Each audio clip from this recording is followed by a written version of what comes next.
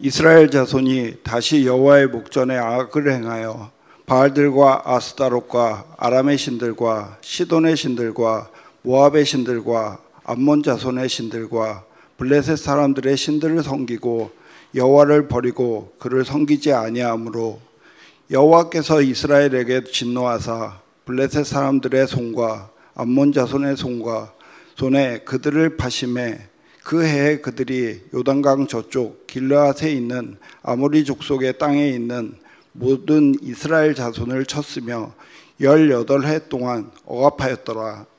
암몬 자손이 또 요단을 건너서 유다와 베냐민과 에브라임 족속과 싸움으로 이스라엘의 공고가 심하였더라. 이스라엘 자손이 여호와께 부르짖어 이르되 우리가 우리 하나님을 버리고 바알들을 섬김으로 주께 범죄하였나이다 하니 여호와께서 이스라엘 자손에게 이르시되 내가 애굽 사람과 아모리 사람과 암몬 자손과 블레셋 사람에게서 너희를 구원하지 아니하였느냐. 또 시돈 사람과 아말렉 사람과 마온 사람이 너희를 압제할 때 너희가 내게 부르짖음으로 내가 너희를 그들의 손에서 구원하였거늘 너희가 나를 버리고 다른 신들을 섬기니 그러므로 내가 다시는 너희를 구원하지 아니하리라. 가서 너희가 택한 신들에게 부르짖어 너희의 환난 때에 그들이 너희를 구원하게 하라 하신지라. 이스라엘 자손이 여호와께 여쭈되 우리가 범죄하였사오니 주께서 보시기에 좋은 대로 우리에게 행하시려니와 오직 주께 구하옵나니 오늘 우리를 건져내옵소서 하고 자기 가운데에서 이방 신들을 제하여 버리고 여호와를 섬김에 여호와께서 이스라엘의 공고로 말미암아 마음에 근심하시니라. 그때 암몬 자손이 모여서 길르앗에 진을 쳤으므로 이스라엘 자손도 모여서 미스바에 진을 치고 길르앗 백성과 방백들이 서로 이르되 누가 먼저 나가서 암몬 자손과 싸움을 시작하랴. 그가 길르앗 모든 주민의 머리가 되리라 하니라. 길르앗 사람 입다는 큰 용사였으니 기생이 길르앗에게서 낳은 아들이었고 길르앗의 아내도 그의 아들들을 낳았더라. 그 아내의 아들들이 자라매 입다를 쫓아내며 그에게 이르되 너는 다른 여인의 자식이니 우리 아버지의 집에서 기업을 잊지 못하리라 한지라.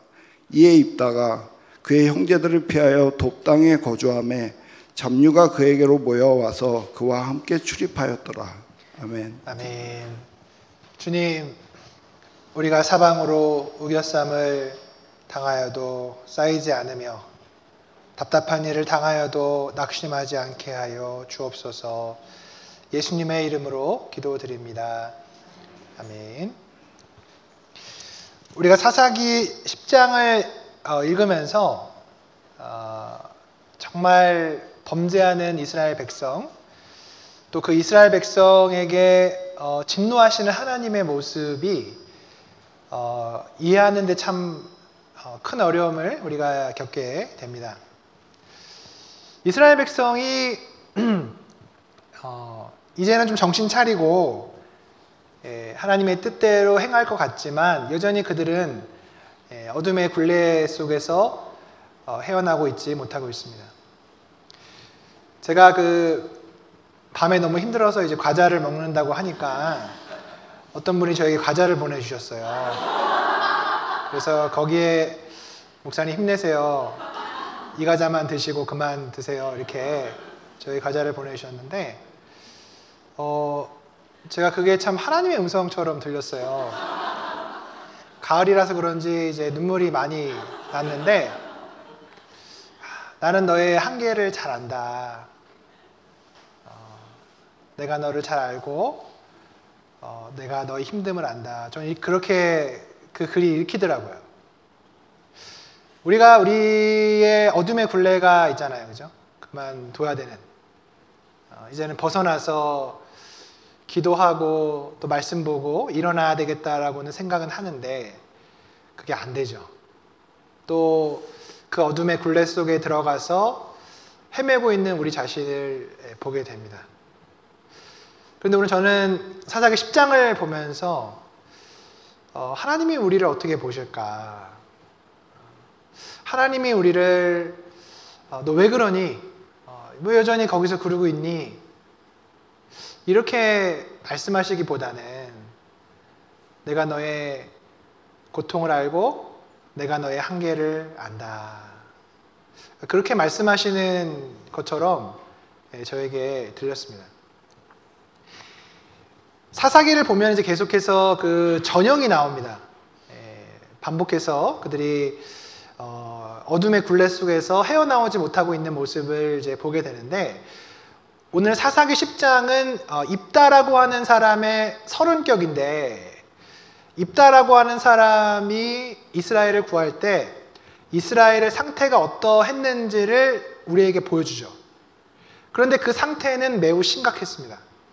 사사기 2장부터 시작된 이 어둠의 굴레가 더 짙어지고 더 무거워지는 것들을 이제 보게 되는 것이, 오늘 10장을 보면 그들이 우상을 섬기는데 우상이 7개 등장해요. 7개.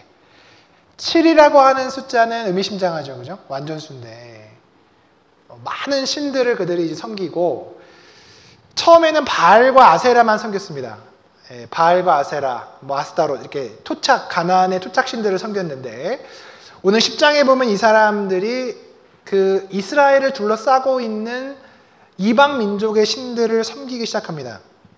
그래서 6절을 보시면 바알 신들, 아스다롯, 또 시리아의 신들, 시돈의 신들, 모압의 신들, 암몬 사람의 신들, 블레셋 사람의 신들 모두를 다 수입해가지고 그들이 이제 섬기고 있습니다. 게다가 이 사람들이 이제 이렇게 하니까 하나님께서 블레셋과 암몬의 손에 그들을 파시잖아요. 재밌는 거는 블레셋의 신과 암몬의 신도 그들이 섬겼어요. 그런데 도리어 그 신들이 그들에게, 이스라엘에게 잘해준 게 아니라 도리어 암몬이 쳐들어오고 블레셋이 쳐들어와서 그들을 어렵게 합니다. 우리가 인생이 어려워지면 하나님을 섬기고 하나님을 찾고 기도하고 말씀으로 기도로 뚫고 나가면 너무 좋겠는데 그게 잘 안 되죠. 어려우면 어려울수록 더 악수를 두는 것이 우리죠. 자꾸 잘못된 선택을 하면서 상황을 굉장히 어렵게 만듭니다. 지도를 한번 보여주시면 그 이스라엘 백성의 그 상황이 이제 이런 그 지도 속에 보여주는데, 여기 나왔네요. 저기 나오네요. 그래서 그 여호수아 정복 이전에 이렇게 이제 그 가나안에 여러 민족이 살았어요. 그래서 이제 민수기 21장에 보면, 우리가 민수기를 작년에 다뤘지만, 원래 이스라엘 백성은 아모리 족속의 땅, 이 시온과 옥의 땅을 점령할 생각이 없었어요. 그냥 지나가게만 해달라고 요청을 했는데 그들이 도리어 군대를 모아서 싸우러 나왔잖아요. 그래서 지금 이 아모리 땅이 이스라엘에 의해서 점령이 됩니다. 그리고 지금 요단강 동편에 원래 아모리 땅이었던 이 땅이 길르앗이에요. 길르앗. 오늘 그 싸움의 그 배경이 되는 길르앗이 지금 요단강 동편에 원래 아모리 땅이었는데 이스라엘이 점령을 하죠. 그리고 다음 보여주시면, 민수기 34장에 저렇게 이제 저 땅을 하나님이 우리에게 주신다고 이제 약속을 하셨던 거고, 여호수아 1장에서 12장에 보면 이제 저기 점령한 거죠. 저렇게. 그래서 녹색 부분, 그 가운데 있는 부분 이렇게 한 건데, 하나님의 말씀은 이 땅을 다 주시겠다고 했는데 이스라엘 백성이 그들을 다 쫓아내지 않았어요. 그리고 이제 그냥 그들을 노예로 부리려고 원래는 생각을 했는데, 자기들의 생각과 다르게 그 민족들에게 우겹싸움을 당하는 거잖아요. 다음 보여주시면, 저렇게 이제 여호수아 13장 19장에 할당된 땅이 저렇게 있는데, 사사기 시대는 보시면 녹색 가운데 부분으로 몰려 있고 주변을 다른 나라가 다 둘러싸고 있어요. 저기 보시면 블레셋, 그리고 가나안 족속, 페니키아, 아람, 암몬, 모압, 에돔이 그들을 그냥 사방으로 우겨싸서 옴짝달싹하지 못하는 상태에 이르렀습니다. 저는 지도를 보면서 이 지도의 모습이 우리의 삶과 굉장히 닮아있죠. 하나님이 원래는 다 주시겠다고 했어요. 약속의 말씀에. 그런데 우리가 그 말씀대로 그 땅을 점령하고 하나님 말씀대로 했어야 되는데 하나님 말씀대로 하지 못하니까 지금 사사기 시대의 이 땅의 모습이 우리의 인생의 모습이잖아요. 사방으로 우겨싸움을 당했잖아요. 여러 가지 어려움들이 우리를 괴롭히죠. 경제적으로 어렵고, 그죠? 또 아이들을 신앙으로 키워내야 되는데 이 세속주의의 물결 속에서 고전분투하고 있고, 관계 속에서 어렵고, 뭐 하나 쉬운 게 없는 그러한 상황이 우리의 상황이죠. 어려운 상황 속에서 이 이스라엘 백성이 지금 굉장히 괴롭힘을 당하고 있습니다. 근데 그러한 모습이 우리의 모습인 거죠. 저는 고린도후서 4장 8절 말씀이 우리가 사방으로 우겨싸움을 당하여도 쌓이지 아니하고 답답한 일을 당하여도 낙심하지 아니한다. 이게 지금 우리의 모습과 사사기 10장의 모습을 너무 잘 보여주는 것 같아요. 사방으로 우겨싸움을 당해서 숨 쉴 구멍이 없는 사사기 전체를 통틀어서 지금 이스라엘의 모습은 최악의 시나리오로 치닫고 있습니다. 그리고 사사기 기자는 이 사람들의 이제 어려움을 세 가지 동사로 얘기를 하는데 8절에 보시면 쳤으며 18해 동안 억압하였고 또 근심이 심했다. 이렇게 세 동사로 나오는데 그걸 한번 보여주시면 세 동사로 나오는 그 부분을 한번 보여주시면 이 동사가 쳤다라고 하는 것은 이 출애굽기 15장 6절에 나온 동사인데 부쉈다는 거예요. 부서뜨렸다는 거예요. 완전히 그냥 산산조각을 냈다는 것이고 억압하였다는 거는 우리가 저번 주에 봤던 아비멜렉이 두개골이 깨지는 그거, 깨트리는 그 동사입니다. 그 동사. 깨트려졌다는 것이고 곤고가 심했다. 이거는 꽉 꼈다는 거예요. 꽉 꼈다는 거예요. 아까 지도 보신 것처럼 이스라엘 백성이 이방 민족에게 완전히 그냥 중간에 끼어버리잖아요. 그러면서 오늘 입다의 스토리 가운데 암몬이 쳐들어와서 굉장히 이제 어려운데 이 이스라엘의 상태가 그런 거예요. 완전히 부서졌고 두개골이 깨졌고 그리고 꽉 낀 상태인 거예요. 얼마나 힘든 겁니까? 얼마나 힘든 거예요. 이 사람들이 굉장히 힘든데 새 번역에 보니까 번역을 이렇게 해놨더라고요. 10절에 그때야 비로소 하나님을 찾았다. 그때야 비로소. 그리고 그 15절을 또 이렇게 새 번역에 이렇게 해놨어요. 그러나 오늘만 우리를 구출하여 주옵소서. 참 어려운 상황 속에서 그때야 비로소 하나님을 찾는 게 우리의 모습이잖아요. 그리고 오늘만 어떻게 좀 살려주십시오라고 하는 게 우리의 모습이잖아요. 저는 사사기 10장을 이렇게 묵상하면서 그 텍스트만으로는 처음에 너무 당혹스럽더라고요. 첫 번째 당혹스러웠던 것은 이스라엘 백성은 도대체 왜 이럴까? 무슨 그 7 이방신을 다 수입해가지고 이렇게까지 할까? 그리고 18해를 고난을 당한 후에 비로소 하나님을 찾을까? 이 사람들 도대체 왜 이럴까? 그게 처음에 당혹스러웠고요. 두 번째로 당혹스러운 것은 하나님은 또 왜 이러실까? 하나님이 이스라엘 백성이 이제 이렇게 7 우상을 섬기니까 내가 다시는 너희를 구원하지 않겠다. 너희가 섬기는 그 우상들한테 가서 구원해달라고 구해라. 하나님은 또 왜 이러실까? 그게 너무 당혹스러운 거예요. 그런데 찬찬히 이 사사기 10장을 계속해서 이제 묵상하면서 이 사사기 말씀이 이렇게 저에게 들어온 것은 이 사사기의 이스라엘 백성이 우리의 모습이고 또 이 사사기 10장의 하나님의 모습이 우리의 아버지 되신 하나님의 모습이더라고요. 우리가 사사기를 처음 다뤘을 때 이제 그런 말씀을 들었어요. 이 사사기는 굉장히 정교하게 쓰여진 책인데 이 사사기의 내용은 드라마와 같다. 드라마와 같다. 예. 그리고 텍스트만 보면 이게 지금 어떠한 분위기인지 느낌이 안 살아요.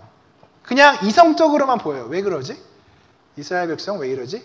하나님 왜 그러지? 이렇게 보이는데 이 말씀을 찬찬히 묵상하고 이 사사기라고 하는 드라마 속에 들어가 보면 그 안에 있는 감정선들이 너무나 잘 이해가 돼요.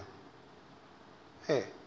이거 알면서도 과자 먹으면 안 된다고 알면서도 먹고 있는 저의 모습을 보면 이스라엘 백성이 이렇게 죄 지으면 안 되는데 이렇게 하고 있는 모습이 이해가 되죠. 우리가 잘 안 바뀌잖아요. 잘 안 바뀌잖아요. 계속해서 그 반복적인 죄의 모습 가운데 완전히 찌들어가지고 거기서 그냥 벗어나지 못하고 있는 그것이 우리의 모습이잖아요. 그리고 이러한 우리의 모습을 안타까워하시고 버릴 수 없는 그 아버지의 마음이 하나님이신 거잖아요. 그래서 내가 너희를 다시는 구원하지 않겠다. 너희가 그렇게 좋아하는 그 우상들한테 가서 구해달라고 얘기해라. 이거를 문자적으로 보면 안 되고 여러분 그 드라마에서 그 애통해하는 아버지의 심정으로 보시면 그 말이 너무나 이해가 가는 거죠. 아들이 하나 있습니다. 근데 이 아들이 아버지한테 돈을 달라고 해서 나가서 사업을 하는 거예요. 근데 하는 사업마다 족족이 망합니다. 그럼 그만해야 되잖아요. 그만하고 직장을 구해서 일을 해야 되잖아요. 근데 아버지를 또 찾아와서 아버지 이번만 좀 도와주시면 제가 정말 이번엔 잘할 자신이 있습니다. 이번엔 정말 괜찮은 사업 아이템입니다. 제가 한번 해보겠습니다. 아버지 어떻게 하겠어요? 아들이 넘어와서 부탁하니까 또 빚을 내서 이 아들에게 사업 자금을 주는데 이 아들이 또 그냥 그 사업 다 말아먹고 그냥 어려워서 또 온 거예요. 그러면 여러분 그 아들이 그 아버지한테 와서 해야 될 말은 뭐예요? 아버지 죄송합니다. 제가 정말 이거 하면 안 되는데 정말 잘못 생각했습니다. 제가 정말 죄송합니다. 다시는 이렇게 안 하고 이제는 일자리를 찾아서 조금이라도 일해서 아버지한테 그 빌린 돈을 조금이라도 갚도록 하겠습니다. 이렇게 해야 되는데 그렇게 안 하잖아요. 또 찾아와서 또 달라고 그러잖아요. 또 조금 더 주시면 제가 이번에 좀 잘해보겠습니다. 그때 아버지가 하는 말이 뭐예요? 내가 다시는 너에게 그걸 빌려주지 않겠다. 너 나가서 다른 데 어디 가서 그냥 빌어먹고 살던지 마음대로 해라. 그렇게 말하지만 그 아들을 그렇게 쫓아내고 집에서 우두커니 앉아서 우시는 게 아버지의 모습인 거잖아요. 그래서 사사기 10장의 상황이 그렇더라고요. 하나님이 이스라엘 백성을 하나님의 자녀로 부르셨어요. 아들이고 딸로 부르셨는데 이들이 끊임없이 범죄하고 하나님의 뜻을 어긋나고 하고 있으니까 그게 너무 힘드신 거예요. 어떤 사람들은 하나님은 그 전지전능하시니까 그분은 참고 인내하는 것도 그렇게 어렵지 않을 거다 이렇게 생각하는 사람도 있어요. 근데 그렇지 않아요. 하나님은 우리를 참고 인내하시는데 굉장히 많은 에너지와 고통을 갖고 계십니다. 성경에 그 얘기를 계속해요. 하나님이 얼마나 고통스러우신지. 그리고 오늘 본문 속에서도 그게 나오죠. 오늘도 그 16절을 보면 이스라엘의 공고로 말미암아 마음에 근심하셨다. 그 수명이 줄어들었다고 한번 보여주시면 좀 넘어가요. 수명 줄어든 그 오늘 이 다음으로 한번 가시면 공고하셨다고 하는 이 그 단어가 있는데 제가 그 전에도 한번 말씀을 이제 드렸는데 민수기 21장에 있는 부분 한번 보여주세요. 이게 지금 그 마음에 근심했다라고 하는 게 네페시가 그 마음이거든요. 소울, 영혼이거든요. 영혼이 짧아졌다 이렇게 돼요. 뜻이 민수기 21장에 보면 그러니까 우리가 이제 너무 어려운 일을 당하면 수명이 짧아졌다고 얘기하잖아요. 네, 여기 나오네요. 예. 마음에 근심했다라고 하는 히브리어가 이제 마음이 네페시고 근심했다가 예, 카차르인데 이 카차르가 원래는 뜻이 짧다예요, 짧다. 그래서 이 본문을 그냥 직역을 하면 마음이 짧아진 거예요. 마음이 짧아졌다. 예. 하나님이 범죄하는 이스라엘 백성을 보면서 마음이 짧아지신 거예요. 너무 고통스러운 거예요. 오늘 이 사사기 10장을 보면 이스라엘 백성이 부서지고 깨트려지고 사방으로 우겨싸움을 당해서 너무나 힘들었잖아요. 근데 이스라엘 백성만 힘들었던 게 아니고 하나님도 그분의 영혼이 짧아질 정도로, 하나님이 영원하신 분의 수명이 어디 있습니까? 근데 그분의 수명이 마치 짧아지는 것처럼 그분이 고통스러워 계시다는 거예요.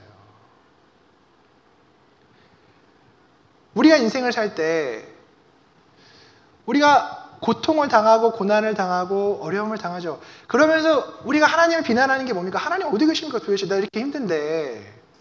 하나님 어디 계세요? 지금 나를 좀 도와주셔야 되는데. 막 그런 마음을 가지면서 우리가 굉장히 힘들잖아요.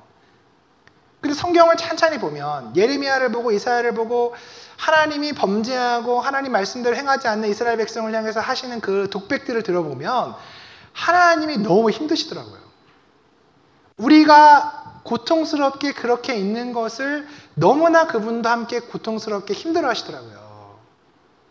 하나님은 우리의 인생 가운데 우리가 신음하고 고통하는 것을 그냥 보시고 불쌍해서 우리를 그냥 구원해 주시는 분이 아니고, 우리가 인생 가운데 신음하고 고통하고 어려울 때 우리와 함께 고통스러워 하시고 신음하시고 어려워하면서 우리를 구원하시는 분이에요.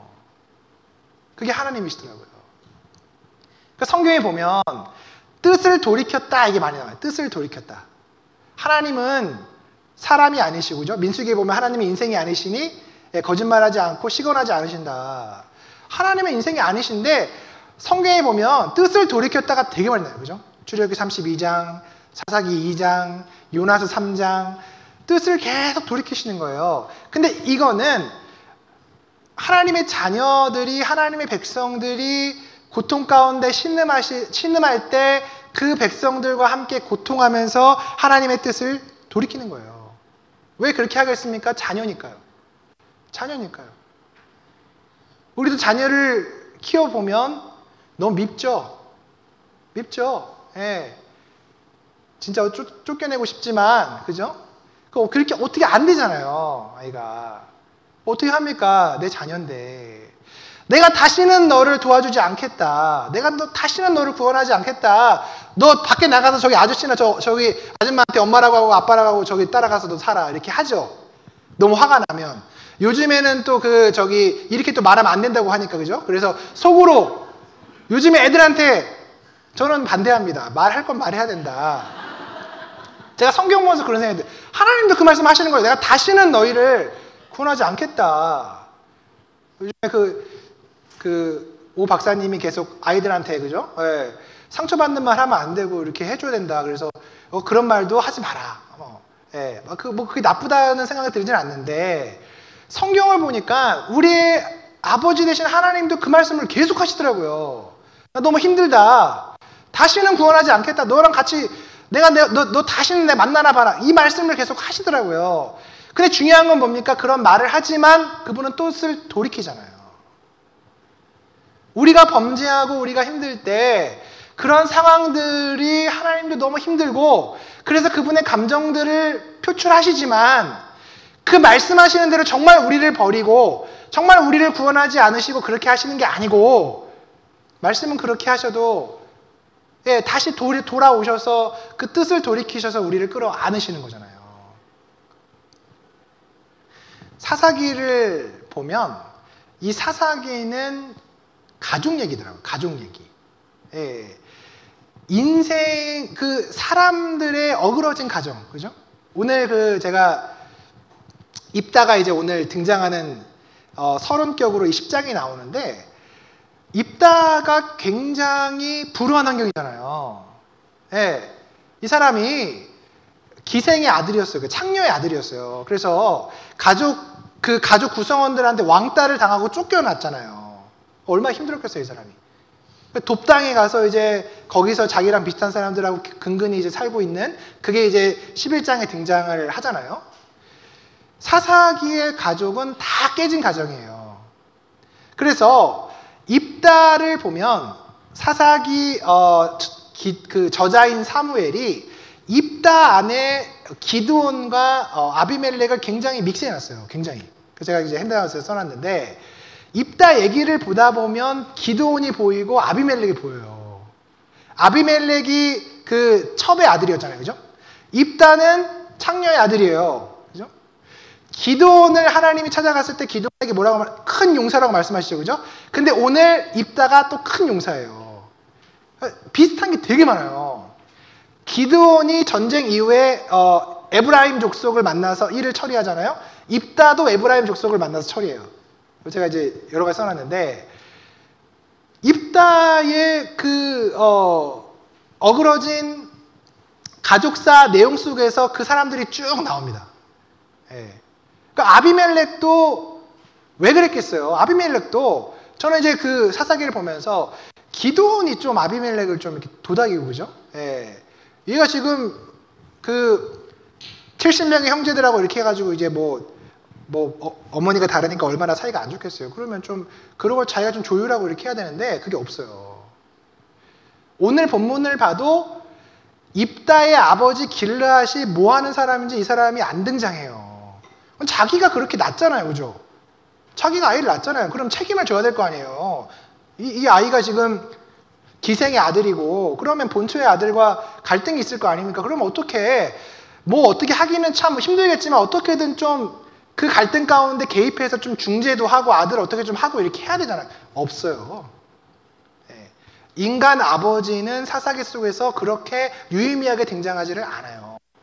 기드온의 아버지는 어떻습니까? 기드온의 아버지는 자기 집에다가 우상을 그냥 갖다 놨잖아요. 네. 자기 집에 그냥 우상 갖다 놓고 그렇게 막 거기 섬기고 그러면 그 아들이 얼마나 힘들었겠어요. 사사기에 이제 그런 가족 얘기들이 굉장히 많이 나오는데, 육적인 아버지는 그렇게 변변치가 못한 거예요. 근데 여러분 재밌는 건 뭐냐면, 오늘 이제 입다 얘기를 우리가 이제 세 번에 걸쳐서 이제 하게 될 텐데, 입다 앞부분에 소사사가 나오고 입다 뒷부분에 또 소사사가 나와요. 그러니까 소사사라고 하는 거는 한 일이 굉장히 적었다 이게 아니라 분량이 적었다는 거예요. 이 사람들이 기록을, 아비멜렉 같은 사람은 막 53절을 해놨잖아요. 사무엘이. 어떤 사람은 굉장히 길게 써놨어요. 길게 써놓은 건 대사사라고 불렀고, 내용을 적게 쓴 게 소사사인데, 앞에 이제 입다 앞뒤로 이 사람들이 나와요. 근데 그 사람들에게 뭐가 나오냐면 아들을 몇 명 낳는지가 나옵니다. 아들 얘기가 나와요. 기드온부터 가족사가 이렇게 등장을 하는데, 기드온이 아들을 70명 낳잖아요. 그죠? 그리고 오늘 10장 그 전반부에 보면 야일이라고 하는 사람이 아들을 30명 낳았어요, 또. 그죠? 그리고 이제 12장에 가서 보면 압돈이라고 하는 사람이 또 아들을 많이 낳고, 이 사람은 손자 낳은 것까지 써놨어요, 손자. 아들 30명, 손자 40명, 막 이렇게 막 엄청나게 애를 낳았어요. 그럼 한번 생각을 해보세요. 애를 낳았으면 뭘 해야 됩니까? 잘 키워야죠. 아이를 많이 낳으면 뭐합니까? 한 명을 낳더라도 잘 키워야죠. 신앙 가운데 잘 키우고, 이 아이가 하나님 뜻 가운데 자라도록 그렇게 해야 되잖아요. 낳기는 낳는데 무관심한 거예요. 그 형제들이 그냥 싸우고 막 죽이고 막 이렇게 하고 있는 그런 상황 속에서 아무런 개입을 안 하는 거예요. 기드온 같은 사람은 하나님을 엄청나게 만났잖아요. 기가 막히게 하나님 만났잖아요. 하나님이 많은 기적도 보여주시고. 그럼 자기가 만난 하나님을 아들들한테도 얘기해주고 아비멜렉한테도 얘기를 해줘야 되잖아요. 내가 만난 하나님을, 우리를 기가 막힐 웅덩이에서 건져내신 그 하나님을 자녀들에게 얘기를 해줘야 되잖아요. 근데 사사기의 아버지는, 육적인 아버지는 자기의 기능을 못하는 거예요. 사사기의 최대의 저주가 무엇입니까? 신앙이 다음 세대로 못 가요. 한 세대 정도 하고 그냥 끝나버려요. 그럼 뭐예요? 그 세대 속에서 하나님이 구원자 사사를 세워서 이 사람들을 구원하잖아요. 그죠? 그 얼마나 놀라워요. 미디안 그 13만 5천 명을 300명 가지고 이긴 거잖아요. 얼마나 놀라워요. 이 놀랍게 하나님이 하신 일들을 자녀 세대에게 이야기해주고 자기가 만난 하나님을 자녀들도 만나게 해줘야 되는데 그게 안 되는 거예요. 그냥 끊어지는 거예요. 내가 만난 하나님은 여기까지. 자녀들은 또 그 어둠의 굴레 속에서 그렇게 헤매는 모습을 사사기 속에서 계속해서 반복하고 있습니다. 그런데 그러한 모습 속에서 두드러지는 분이 계신데 그분이 하나님, 하늘에 계신 하나님. 예, 하늘에 계신 그 하나님 아버지가 이 세상의 육신의 아버지들이 하지 못하는 일들을 하시는 거예요. 그죠? 범죄하고 그 어둠의 굴레 속에서 헤어나지 못하는 그 이스라엘 백성과 씨름하시는 거예요. 내가 다시는 너희를 구원하지 않겠다. 그 말씀을 하시는 거예요. 그 말씀을 하시면서 정말 구원하지 않겠다고 하신 겁니까? 그렇지 않죠. 구원하지 않겠다라고 하시면서 그 하나님의 그 고통과 마치 수명이 짧아지는 것 같은 그 심정을 토로하시면서 또 그 다음을 준비하시는 거예요. 그러면서 그분이 입다를 세우십니다. 입다를 세우시죠. 흥미로운 거는 사사기에 하나님이 구원자로 택하시는 사람들이 가정 환경이 그렇게 좋지가 않아요. 보면 잘 보시면 입다를 우리가 보면서 당황하는 것은 아니 그래도 이스라엘 백성을 구원하는 사람이면 조금 뭔가 그죠? 가정 환경도 좀 정상적으로 자라고 본처의 아들이고 뭔가 좀 족보도 있고 성격도 좋고 그런 사람을 사용하실 것 같은데 의외의 사람인 거예요. 입다는 기생의 아들이고 형제들한테 쫓겨나서 돕당에 가서 지금 뭐 하고 있냐면 이 사람이 도적질을 하면서 그죠? 자기랑 비슷한 사람들을 모아가지고 거기서 이제 사는 거예요. 그렇게 밑바닥 인생인 거예요. 굴곡진 어그러진 가족사 속에서 상처받고 거기 도망가서 그냥 그렇게 살고 있는 사람을 하나님께서 선택해서 그 사람을 구원자로 세우신다는 게 얼마나 놀랍습니까? 그죠? 저는 이 10장과 이 11장 초반을 이렇게 묵상하면서 그런 생각이 들더라고요. 입다가 아버지에게 버림받고 가족에게 버림받고 그냥 그렇게 인생의 밑바닥에 그렇게 살 때 하나님이 입다를 찾아가신 거잖아요. 세상은 너를 버리고 너의 육적인 아버지는 너를 버렸지만 내가 너를 버리지 않겠다. 그 예레미야의 말씀처럼 너를 낳은 부모가 너를 버려도 나는 너를 버리지 않겠다. 그 하나님이 그 입다를 찾아가서 그 입다를 세우신 거잖아요. 저는 목회를 하면서 그 성도님들 만나서 인생 얘기를 들어보죠. 야, 어떻게 저렇게 사셨을까? 와, 저런 가족 안에서 어떻게 지금까지 저렇게 신앙을 지켰을까? 그런 생각이 너무 많이 들어요. 들어보면. 예. 아니, 저렇다고? 막 얘기 듣다 보면 너무 깜짝 놀라는데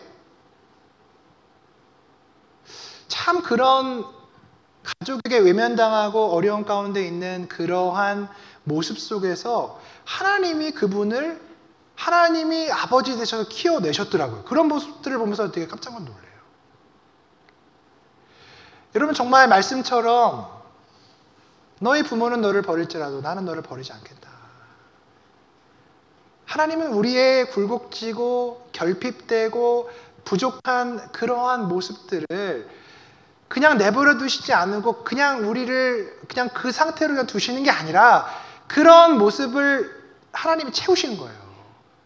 그리고 우리의 진짜 아버지 되어 주셔서 우리가 그렇게 그냥 살다가 우리의 인생이 끝나지 않도록 우리를 붙잡고 계신 게 바로 그 하나님 아버지시더라고요. 오늘 사사기의 말씀은 마치 누가복음 15장의 탕자와 탕부 이야기 같습니다. 저는. 네.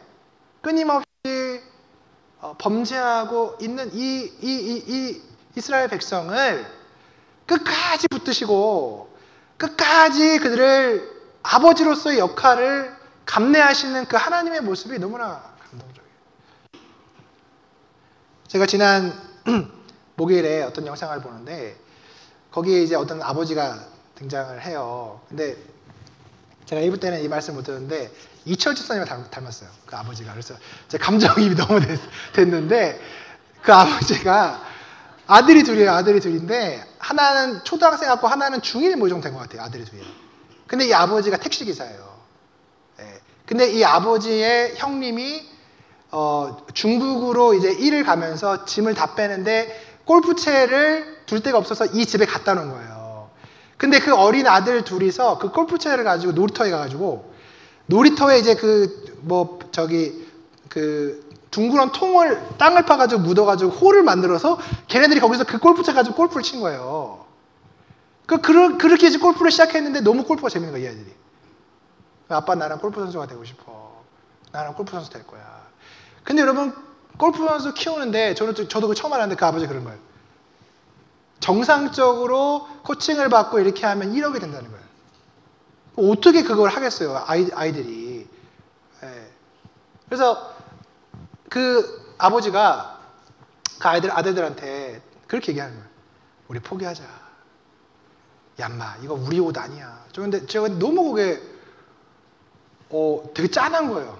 야, 인마, 이거 우리 옷 아니야. 이거 안 돼. 우리 할 수 없어. 그 아버지가 그렇게 얘기를 했는데 이 두 아들이 딱 그랬대요, 아버지한테. 아빠는 왜 매번 우리의 꿈을 그렇게 꺾어? 이거 내 꿈인데. 왜 내 꿈을 이렇게 꺾어? 이 얘기를 그 아버지가 듣는데 심장이 확 쪼여오더래요. 야, 나는 이 아들들의 꿈을 꺾는 그런 사람이구나. 그래서 이 아버지가 처음엔 택시를 팔았어요. 제가 봤을 때 뭐 개인 택시 하셨을 것 같아요. 그 개인 택시 그 면허가 비싸잖아요. 그걸 팔았어요. 그래서 이제 아이들을 골프를 시키는데 그것도 안 돼서 집을 팔았더라고요. 집을 팔았어요. 그리고 이제 월세로 살면서 돈이 없으니까 그 골프 연습장이 한 달에 10만 원이래요. 10만 원. 10만 원을 코치는 뭐 생각도 못 하고 그냥 어머니가 이게 식당 일 하시고 그 아버지가 일을 다 그만두고 택시 팔고 집 팔고 그 애들이랑 그 골프 연습장 가서 그냥 연습하는 거예요. 그래서 이제 그 PD가 그 아버지한테 저 아버님 골프는 치셔봤어요. 그러니까 저는 골프 한 번도 안 쳐봤어요. 골프의 기억도 몰라요. 근데 이 아버지가 밤마다 영상을 보면서 공부하는 거예요. 애들을 코치를 붙일 수가 없으니까 본인이 공부를 해야 되잖아요. 그래서 공부를 하고 같이 거기 골프 연습장 가서 하고 그리고 점심을 라면 먹고 그렇게 하는 거예요. 근데 그 영상을 보는데 그 아버지가 밤마다 우는 거예요. 너무 힘들어서. 그리고 그 아이들이 이제 대회를 나갔는데 처음에는 굉장히 막 1등을 했더라고요. 코치도 없고 한데 재능이 있으니까 1등을 했는데 이제 커가면서 그 다음에는 좀 배워야 되는데 못 배우니까 이제 성적이 좀 떨어지는 거예요. 그러니까 아버지가 엄청 무섭게 하더라고요. 너네 이렇게 할 거 하면 어떡하냐. 왜 이렇게 하냐. 막 뭐라고 하더라고요. 그리고는 밤에 이 아버지가 우는 거예요. 네. 이 아들들의 꿈이기 때문에 시작을 해서 자기가 마음이 약해지면 안 된다고 해서 그 아들한테 그렇게 낮에는 엄청 무섭게 하시더라고요. 이분이. 근데 밤에는 그게 너무나 가슴 아파서 아이들한테 그렇게 한 게 가슴 아파서 그 아버지가 밤에 이렇게 울더라고요. 제가 그걸 보면서 저도 참 눈물이 많이 났고 이 시대에는 정말 그런 아버지가 많이 없잖아요. 저는 그분이 너무 위대하게 보이더라고요. 이분이 뭐 공부를 많이 하고 뭘 해서가 아니라 아버지로서 자기의 역할을 눈물을 흘리면서 그것을 끝까지 그렇게 해가고 있는 모습이 너무나 감동적이에요. 그 모습 속에서 저는 하나님 아버지의 모습이 보이더라고요. 우리의 인생은, 우리의 가족은, 여러분의 가족은 어떻습니까? 정말 좋은 환경 속에서 좋은 아버지와 좋은 어머니 밑에서 잘 자란 것도 참 큰 복이죠. 근데 얘기를 들어보면 그런 가정 많이 없어요. 다 어렵고 힘들고. 예. 그런 환경 속에서 살고 있는 이런 시대 속에서 저는 여러분들이 그래도 여러분의 자녀에게 좋은 아빠가 되고 좋은 엄마가 되기 위해서 고군분투하고 있는 것이 저는 참 큰 감동이 됩니다. 아까 이스라엘 백성이 사방으로 우겨싸움을 당했잖아요. 여러분 이 시대를 아이들을 키우는 게 얼마나 어렵습니까? 얼마나 어렵습니까? 우린 주일에 한 번 나와서 이렇게 예배드리고 하지만 아이들은 일주일 동안 또 학교에 가서 이 세상 속에서 그렇게 사는 거잖아요. 그 아이들에게 신앙을 가르치고, 그죠? 그 아이들을 키워내는 것이 얼마나 어려워요. 포기하고 싶죠. 야, 이게 가능한 일인가? 지금 나도 먹기 살기 힘들고 관계 속에서 힘들고 여러 가지 힘들고 그런 상황 속에서 지금 이게 가능한 걸까 싶은 이런 모습 속에서 여러분이 고군분투하면서 아이들을 키워내고 아이들을 위해서 기도하고 그런 모습들을 보면서 굉장히 많이 감동을 받습니다.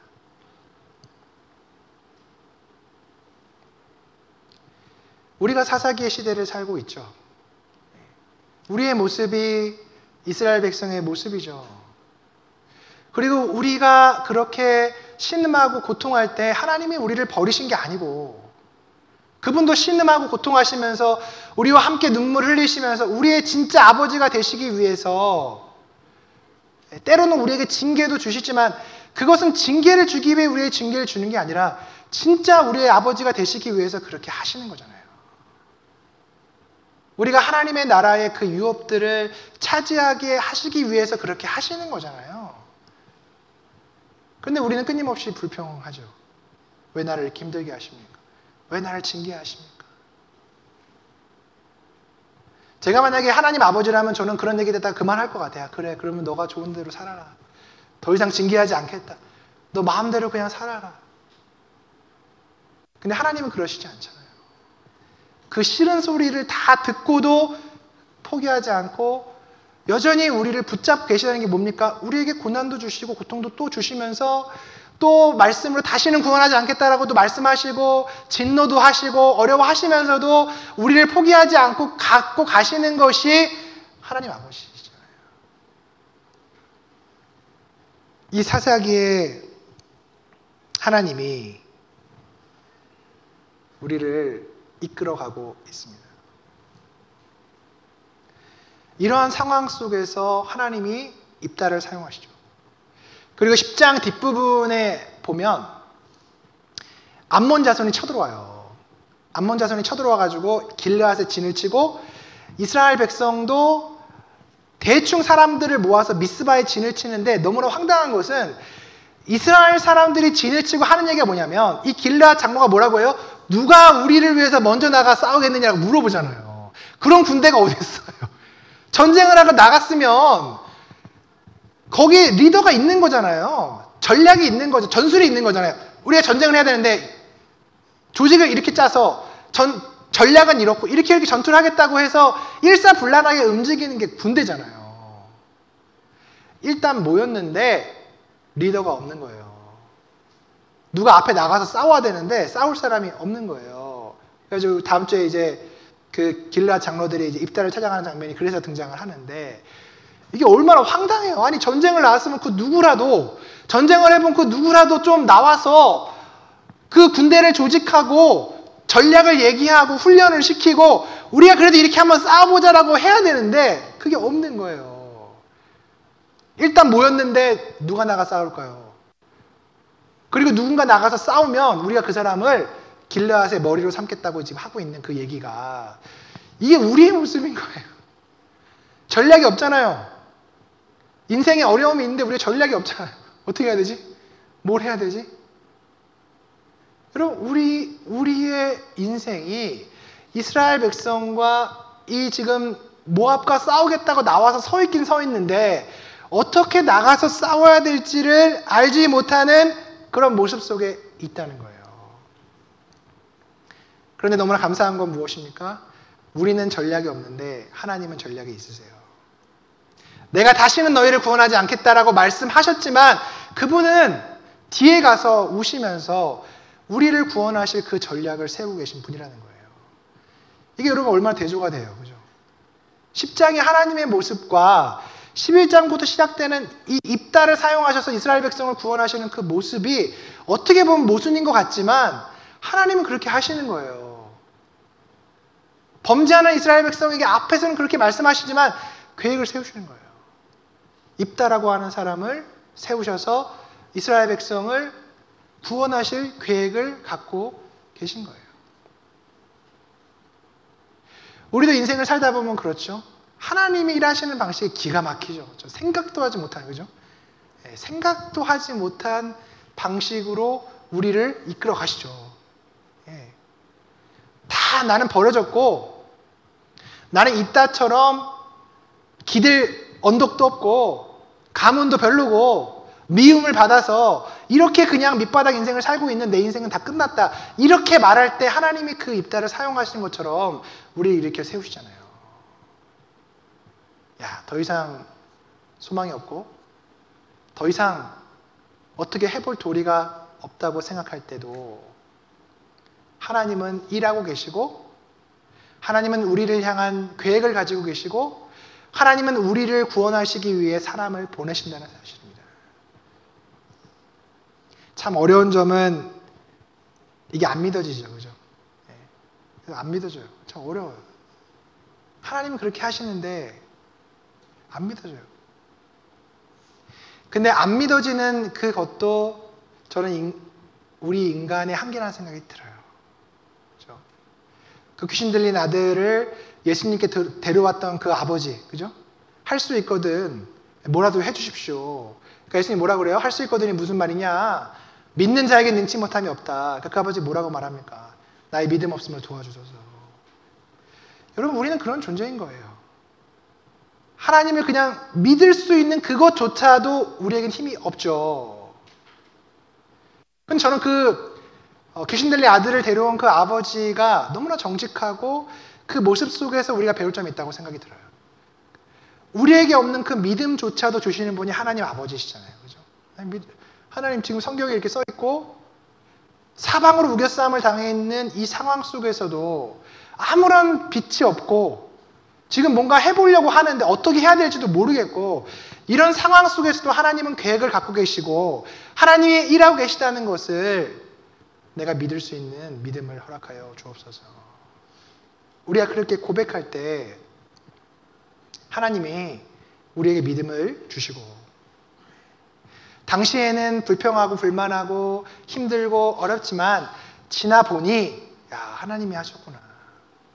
하나님이 저렇게 나를 버리지 않고 포기하지 않고 이렇게 이끌어 가셨구나 라고 하는 하나님의 음성을 다 들을 수 있는 우리의 모습이 되었으면 좋겠습니다. 저는 입다 얘기를 보면서 참 아까 제가 입다랑 기드온, 그죠? 입다랑 아비멜렉이랑 많이 닮았다고 했잖아요, 그죠? 근데 아비멜렉 같은 사람은 그렇게 망해갔지만 입다는 똑같은 환경인데 완전히 다른 사람이에요. 여러분, 그 차이가 무엇입니까? 그 차이가 무엇입니까? 우리가 다시금 하나님께로 우리의 방향을 돌려서, 그죠? 하나님께 좀 쓴 얘기도 듣고 빈말 듣고 할지언정 우리가 다시금 하나님께로 돌려서 우리의 마음을 돌려서 그분을 바라보고 하나님 도와달라고 하나님을 찾는 그 모습이 아닐까 그런 생각을 하게 되었습니다. 우리 시간에 같이 한번 좀 기도했으면 좋겠는데요. 우리도